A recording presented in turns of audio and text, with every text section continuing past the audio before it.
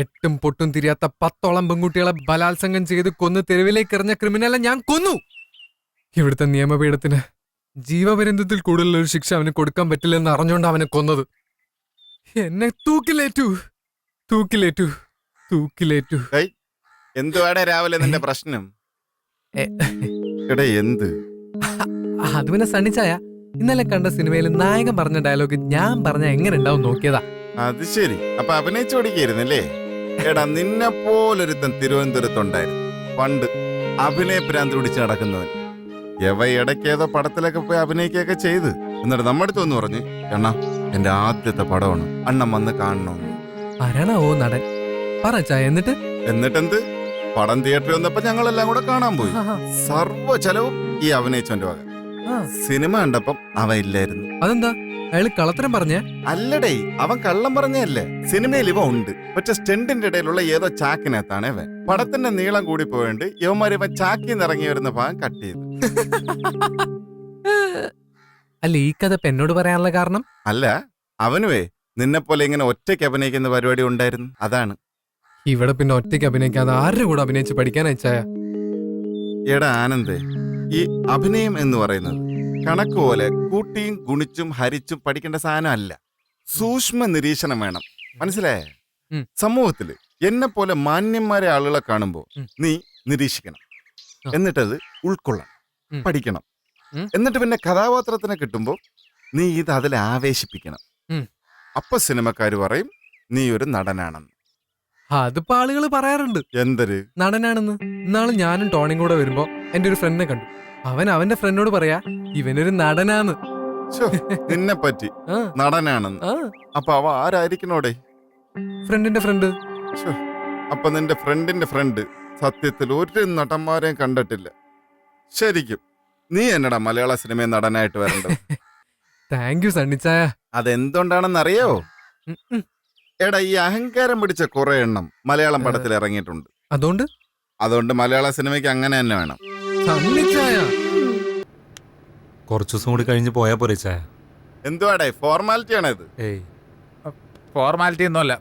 അപ്പനും അമ്മ എന്നെ നാട്ടിൽ പോയി കിടക്കണം. ഞങ്ങൾക്ക് വല്ലപ്പോഴും ആകെ തേടി വരാറുള്ളൊരു ബന്ധു സണ്ണിച്ചായനാ. ആ സണ്ണിച്ചായനോട് ഞങ്ങൾക്ക് എന്തിനാ ഫോർമാലിറ്റി? എന്താടാ മക്കളെ ഇത്? ഞാൻ ഒരു തമാശ പറഞ്ഞല്ലേ. എന്നെ നിനക്കൊക്കെ അറിഞ്ഞൂടെ? എന്നിട്ടാണോ പോവാൻ നേരം ഇമാതിരി സാധനങ്ങൾ കൊണ്ട് ഇറക്കണേ? പിന്നെ എന്തിനാ എത്ര ധൃതിപ്പെട്ടി ചെയ്യാൻ പോണേ? ഈ 3-4 ദിവസം ഞങ്ങൾ എന്തെങ്കിലും കുറവ് വരുത്തിയിട്ടുണ്ടോ? അതുകൊണ്ടല്ലടാ മക്കളെ, എനിക്ക് രൂക്കച്ചാനും പിള്ളേരെ കണ്ടില്ലെങ്കിൽ ഏതാണ്ട് പോലെ.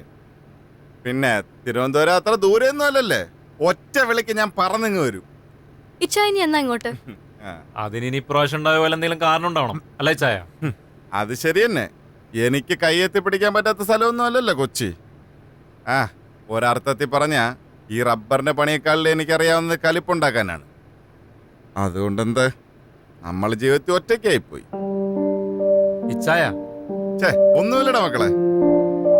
കേട്ട പോറ കൊച്ചേ, എനിക്ക് ഭൂമുഖത്ത് ബന്ധുക്കളായിട്ടുള്ളതാ എന്റെ ഈ റോയ്മോനും ഈ ടോണിക്കുട്ടനുമാണ്.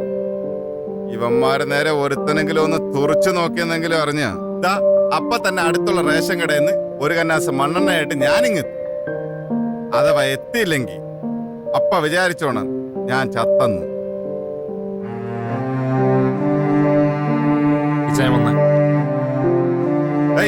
എന്റെ മണ്ണെണ്ണ കന്നാസെടുത്ത് വണ്ടി വെച്ചാടാ. എന്നാ മക്കളെ പൊടടാ. ഓക്കേ സണ്ണിച്ചായ.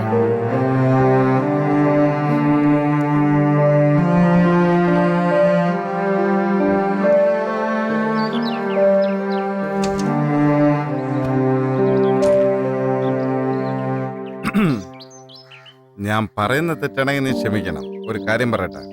ഇച്ചായം പറഞ്ഞു. എടേ, നിന്റെ ഭാര്യയും കൊച്ചും ഒരു സ്ഥലത്ത് ജീവനോടുണ്ടെന്ന് നീ മറക്കരുത്.